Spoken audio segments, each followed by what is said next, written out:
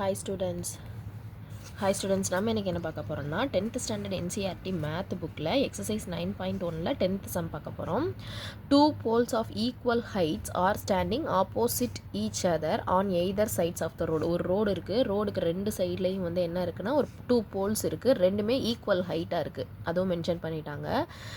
And the side of the road which is 80 metre wide. அப்போ வந்து இங்கே picture வந்து டயக்ராம் போட்டுகிட்டே நம்ம ரீட் பண்ணுவோம் கொஸ்டினை. 2 போல்ஸ் இருக்குதுன்னு சொல்லிட்டாங்க. அப்போ 2 போல்ஸ் ரெண்டுமே ஈக்குவல் லென்த் இருக்குன்னு சொல்லிட்டாங்க. அப்போ 2 போல் வந்து வைடு, ரெண்டுக்கு இடையில இருக்க டிஸ்டன்ஸ் இருக்கு, சென்டராக இருக்க ரோடு. அப்போ இது வந்து என்ன கொடுத்துருக்காங்க கொஸ்டினில் 80 மீட்டர் அப்படின்னு கொடுத்துருக்குறாங்க. ஓகேவா? இப்போ கொஸ்டின் பார்ப்போம். From a point between them on the road, ஒரு பாயிண்ட் இருக்குது, ரெண்டு ரோடுக்கு நடுவில். the angle of elevation of the top of the poles are 60 degree and 30 degree. அப்போ வந்து ஏதோ ஒரு இடத்துல ஒரு பாயிண்ட் இருக்குது, ஒன்று வந்து 60 டிகிரியும் ஒன்று 30 டிகிரியும் இருக்குது. 60 டிகிரினா ரொம்ப பக்கத்தில் இருந்தோம்னா தான் ரொம்ப உயரமாக நிமிர்ந்து பார்ப்போம். அப்போ வந்து இங்கே 60 டிகிரின்னு வச்சுக்கலாமா, இங்கே 60 டிகிரின்னு இருக்குது. கொஞ்சம் லாங்கில் இருந்தால் இது வந்து 30 டிகிரின்னு இருக்குது. ஓகே, அது கொடுத்துருக்குறாங்க. அதுக்கப்புறம் கொஸ்டினில் பார்த்தோன்னா என்ன கொடுத்துருக்குறாங்க பாருங்கள்.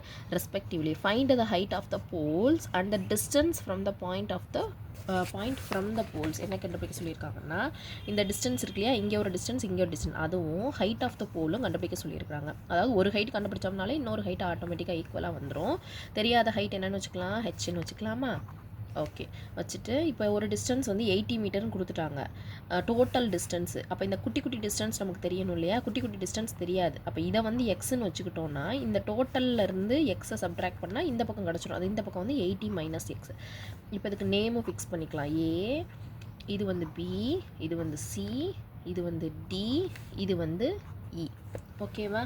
இப்போ என்ன பண்ண போகிறோம், இதை வச்சுக்கிட்டு ஒவ்வொரு இதாக தெரியாத வேல்யூவாக கண்டுபிடிச்சிட்டு என்ன கண்டுபிடிக்கும், ஹைட்டு கண்டுபிடிக்கணும், இந்த டிஸ்டன்ஸ் எவ்வளோ ஒன்று அதுவும் கண்டுபிடிக்கணும். ஃபஸ்ட்டு என்ன பண்ண போகிறோன்னா, இன் ட்ரையாங்கிள் ஏபிசி, எங்கே இருக்குது ட்ரையாங்கிள் ஏபிசி, இந்த இருக்குது ட்ரையாங்கிள் பார்ப்போமா. அதை வேணால் இந்த சைடில் சின்னதாக ட்ரா பண்ணிக்கலாம். இன் ட்ரையாங்கிள் ஏபிசி, இது ஏ, இது பி, இது சி, இது ஹெச், இங்கே 60 டிகிரி, இங்கே எக்ஸ். இதை வச்சுட்டு எழுத போகிறோம். என்ன பண்ண போகிறோம், 60 டிகிரினா tan 60 டிகிரி. அப்போ tan 60 degree that is equal to என்ன வரணும், ஆப்போசிட் பை அட்ஜசன்ட். அப்போ AB by BC. AB tan 60யோட வேல்யூ என்னது √3, ஏபியோட வேல்யூ என்ன வச்சுருக்கோம் ஹெச், பிசியோட வேல்யூ என்ன வச்சுருக்கோம் எக்ஸ். கரெக்டாக?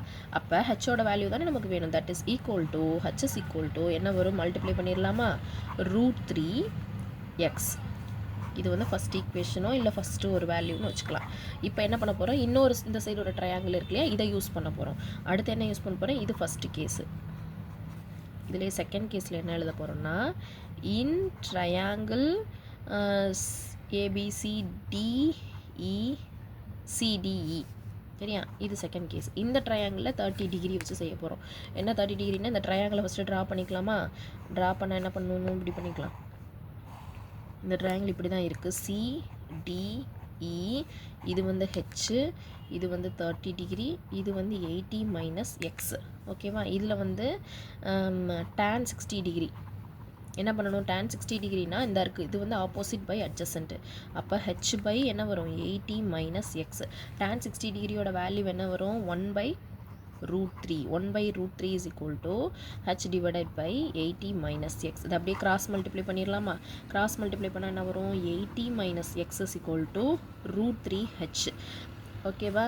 இப்போ என்ன பண்ண போகிறோம், √3h இருக்கு இல்லையா, அந்த √3h வந்து என்ன பண்ண போகிறோம்னா, இந்த இடத்துல ஒரு ஹெச்சோட வேல்யூ கண்டுபிடிச்சிருக்கோம்ல, ஹெச் இஸ் ஈக்குவல் டு √3xன்னு.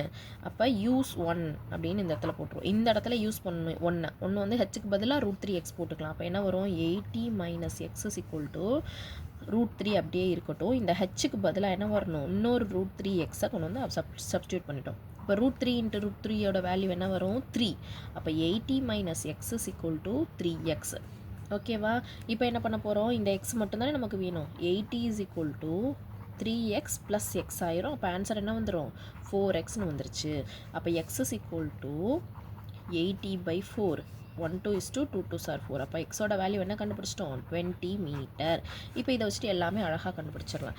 என்ன கண்டுபிடிக்கலாம் பாருங்கள், எக்ஸோட வேல்யூ 20 மீட்டர்னா பி இந்த இடத்துல பிசி இஸ் ஈக்குவல் டு என்ன கிடைக்கும், ஹைட் ஆஃப் த போல்ஸ் எழுதணும்ல, ஹைட் ஆஃப் த போல்.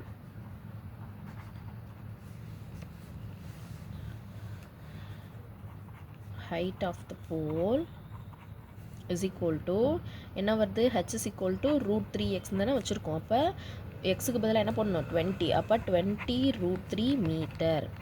இது ஃபஸ்ட் ஆன்சர் கண்டுபிடிச்சிட்டோம். இதே மாதிரி டிஸ்டன்ஸ் ரெண்டுக்கு இடையில டிஸ்டன்ஸ் கண்டுபிடிக்கணும்ல, அதை எப்படி எழுதணும், distance of the point from poles are என்ன வச்சுருக்கோம், ஒரு டிஸ்டன்ஸ் வந்து எக்ஸ்ன்னு வச்சுருக்கோம்.